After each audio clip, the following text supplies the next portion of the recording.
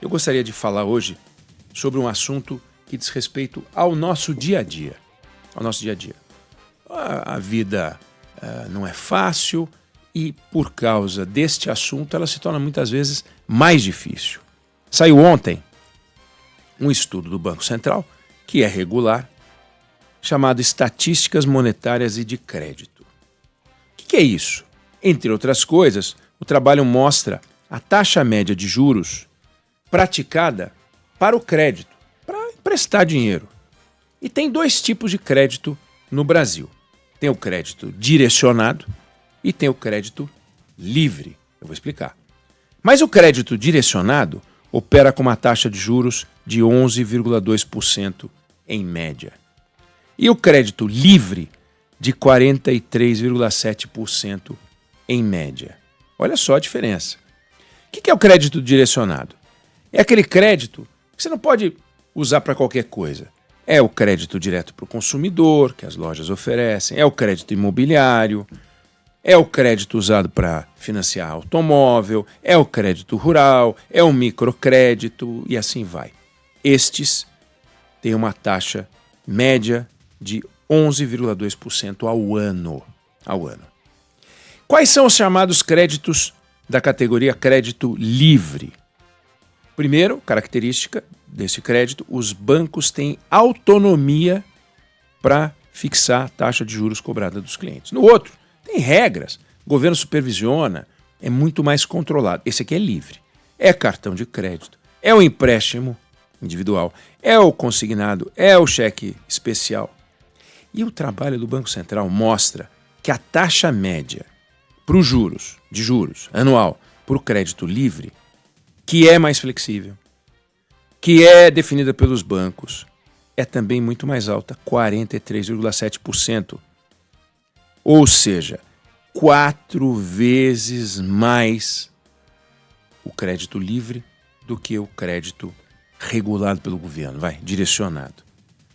Para as famílias chega a ser 56,3%, para as empresas 23,9%, esse crédito livre. Então, você vê que o mesmo sistema financeiro, quando organizado, controlado, supervisionado, pratica taxa de juros média anual de 11,2%. Quando livre, podendo escolher qual taxa vai praticar, pratica uma taxa de juros 4 vezes maior. Por que isso acontece? Por que os bancos livres cobram 4 vezes mais do que os bancos quando controlados? Você tem várias explicações. Você tem mais risco no empréstimo, você tem mais taxa de inadimplência quando você tem esse crédito livre, evidente, você pode retomar um imóvel, você pode retomar um automóvel, então tem uma explicação. As garantias, né? A taxa de juros no Brasil é alta, mas ela é alta para todo mundo. E já foi baixa e ainda assim o crédito livre também cobrava mais do que o crédito direcionado. Existem em países mais sofisticados fórmulas de financiamento muito mais complexas. Então, por exemplo, emitir ações, emitir papéis, títulos de dívida, que tiram das pessoas a obrigação, das empresas, de pegar dinheiro no banco. Para as pessoas também. Você vai no mercado americano, ele é muito mais flexível. Então, o consumidor pode pegar empréstimo de alguns poucos meses, empréstimos de um período maior, pode trocar dívidas de uma taxa maior por uma dívida de uma taxa menor, isso é muito frequente. Podem unir as dívidas todas e criar uma só dívida. Tem uma série de flexibilidades. Mas tem um dado, não é o único, mas ele é importante e deve ser discutido, que não é debatido com muita seriedade no Brasil. Ele é apresentado como uma virtude, mas ele tem que ser discutido, que é a concentração do mercado. Quando a gente pega os setores econômicos, muitos deles são extremamente concentrados. Por exemplo, papel e celulose, um setor altamente concentrado. Produção de papel e celulose é concentrado. Petróleo, concentrado. Petroquímica, concentrado. Siderurgia, concentrado. Setor bancário, concentrado. Setor aéreo, concentrado. Setor bancário, concentrado.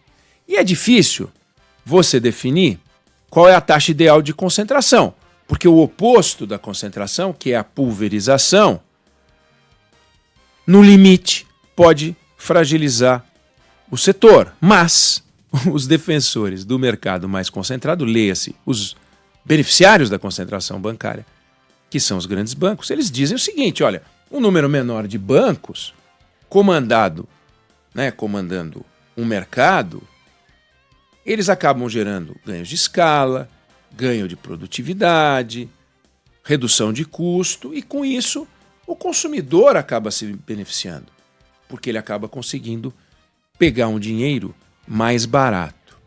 Bom, a teoria é maravilhosa, mas a gente tem um mercado altamente concentrado e cadê o dinheiro mais barato? Se o dinheiro que eles emprestam neste momento, agora em fevereiro, último estudo do Banco Central, é 4 vezes maior o custo do que o dinheiro que é regulado pelo governo. E aí você vai olhar, o Brasil tem 150 bancos. 5 desses bancos controlam 80% do mercado. Os outros, 145, dividem 20% do mercado. Vamos comparar. Os grandes bancos americanos controlam 40% do mercado. E lá também tem ganho de produtividade, lá tem também tecnologia, benefícios e o discurso é o mesmo. Ou você acha que um banco como o JP Morgan quer perder mercado? Claro que não. É um destes bancos. Mas eles controlam 40% do mercado, os grandalhões. Lá tem 4.500 bancos. Tem banco local. Então tem de tudo. E tem uma concentração. Mas o máximo que se concentra lá é 40%. Já foi menor. E aí você vai olhar a carteira de crédito nos Estados Unidos equivale a 200, é mais, tá? Estou arredondando, 200% do PIB. E a carteira de crédito no Brasil equivale a 50% do PIB. Então, eles estão alavancados? Não, eles emprestam muito mais. Eles emprestam muito mais. Por uma série de motivos que a gente vai poder conversar, mas eles emprestam muito mais. E quando você pega a concentração bancária no Brasil e você vai olhando o que acontece, é um troço que vem sendo favorecido ao longo do tempo. Vamos para o ano de criação da Febraban, 1967. O Brasil tinha 262 bancos. 5 anos depois, tinha 114 bancos. Reduziu. Aí até 1988, os bancos eram classificados em categorias. Tinha banco comercial, banco de investimento, banco de desenvolvimento, caixa econômica, enfim. Aí depois surgiram os tais bancos múltiplos. Aumentou de novo o número de bancos, foi para mais de 240 bancos. Depois, começou uma fase de concentração, com privatização, com bancos privados enroscados, grandes, cometendo deslizes e sendo engolidos pelos bancos ainda maiores. E criou um processo que, em 1995, os 5 maiores bancos concentravam 56% dos ativos do sistema financeiro. Hoje, 80%. Quer dizer, olha só o que aconteceu de 95 para cá. Já com inflação baixa, já com uma estabilidade. Você precisava de 10 bancos em 1995 para chegar a 75% dos ativos. Hoje, com 6 bancos, 5 bancos, você chega em 80% dos ativos. Passa dos 75%, que você precisava de 10 bancos. Então, essa concentração é um negócio complicado. Aí vamos olhar, vamos pegar a lista das 10 maiores empresas americanas por valor de mercado. Tem lá Apple, Microsoft, Nvidia, Amazon, Alphabet, que é a dona da Google. Tem uma empresa de investimentos, que é a Berkshire Hathaway, não é banco, é um conglomerado de investimento. Tem a Tesla, tem uma empresa de semicondutores e softwares chamada Broadcom, tem lá o Walmart, que é a maior empresa do mundo. Esse ano vai faturar 700 bilhões de dólares. Sabe quantos bancos tem na lista das 10 maiores empresas americanas? 0. Nada. Não há um banco entre as 10 maiores empresas americanas por valor. Nenhum. Aí vamos pegar a lista das 10 maiores empresas europeias, por valor também. Tem lá a dinamarquesa Novo Nordisk, que está bombando, é a empresa da hora, as canetas para diabetes que estão sendo usadas para redução de peso, bombando. Tem 2 empresas francesas do mercado de luxo, a LVMH e a Hermès. Tem empresa alemã, SAP, Siemens, Deutsche Telekom. Sabe quantos bancos tem? Nenhum. 0. Não tem banco na lista das 10 maiores empresas europeias. Aí pega as 10 maiores empresas do planeta Terra. Não tem nenhum banco. Nenhum banco. Aí pega as 10 maiores empresas brasileiras por valor de mercado. Tá lá a Petrobras, tá lá a Vale, tá lá a VEG, tá lá a Ambev, a Eletrobras. 5. As outras 5 bancos. 5 bancos. Não tem um banco entre as 10 maiores americanas, um banco entre as 10 maiores europeias, um banco entre as 10 maiores do mundo. Tem 5 bancos entre as 10 maiores empresas brasileiras. Concentração. É um negócio interessante, porque quando você pega na lista das maiores empresas americanas, o que tem lá? As Big Techs. O que estão discutindo hoje nos Estados Unidos? O poder das Big Techs. Nos Estados Unidos e no mundo.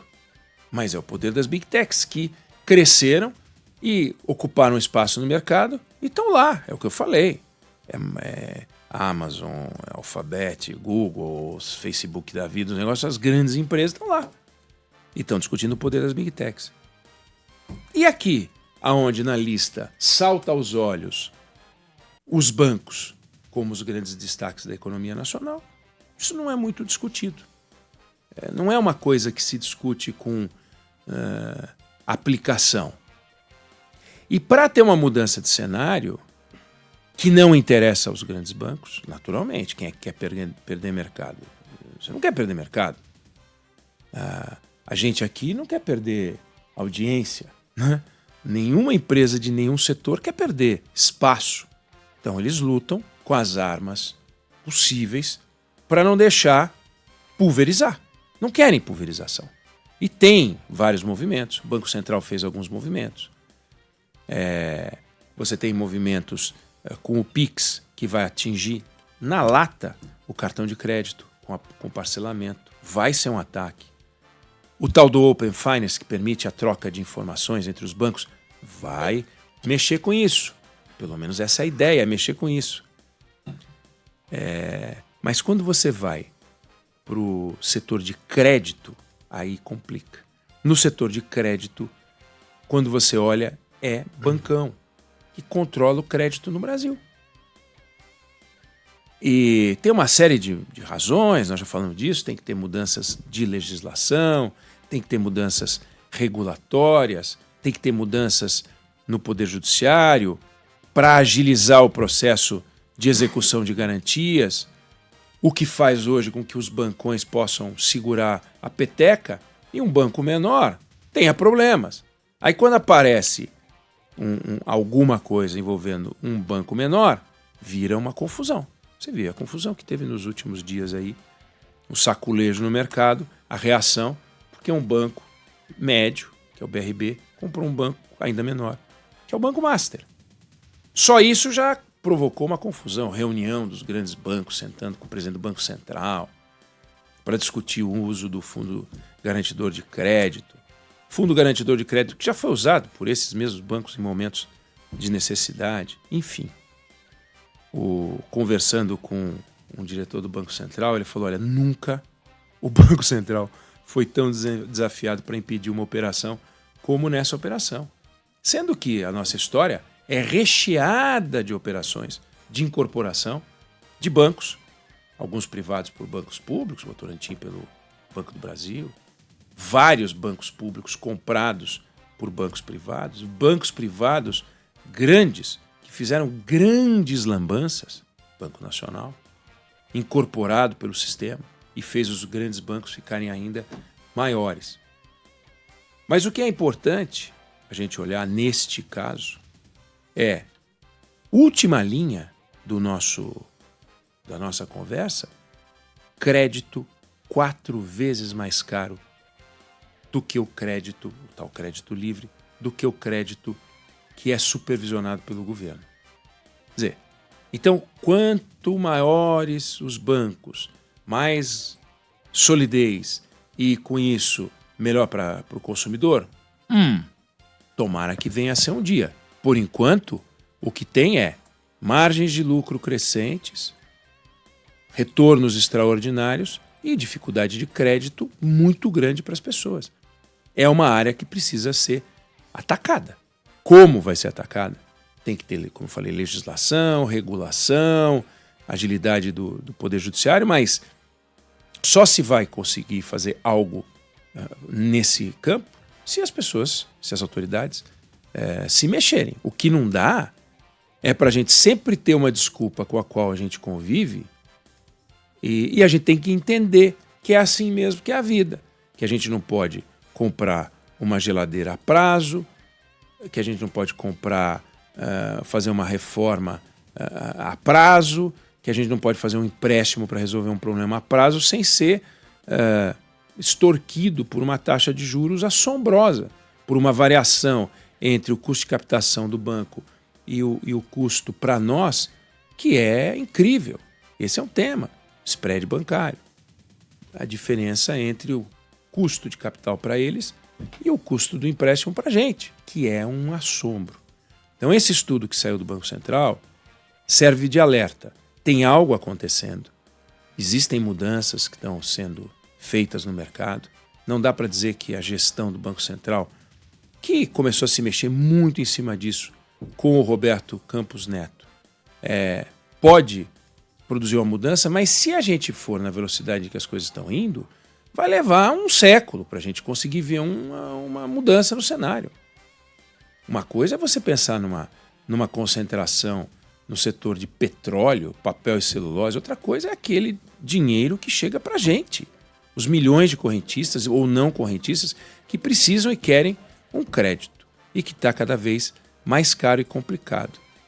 Eu não sei se você concorda, eu não sei se você discorda, mas essa é a opinião que eu tenho sobre o assunto.